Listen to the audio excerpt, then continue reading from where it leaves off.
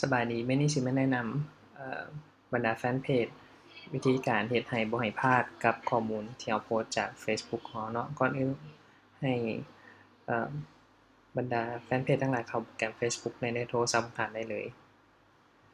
หลังจากเข้าเฟซบุ๊กแล้วอยู่บนเซิร์ชให้กดหาคำว่ามีช็อป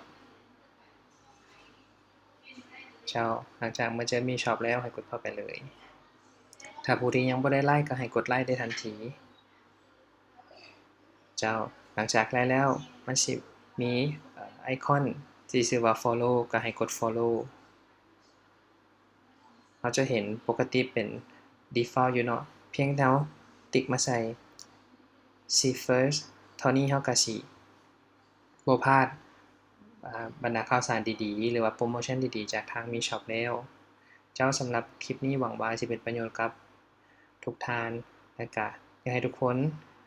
กด see first กันเบิดทุกคนเนาะสิได้เห็นข่าวสารดีๆจากมีช็อปของเราขอขอบใจ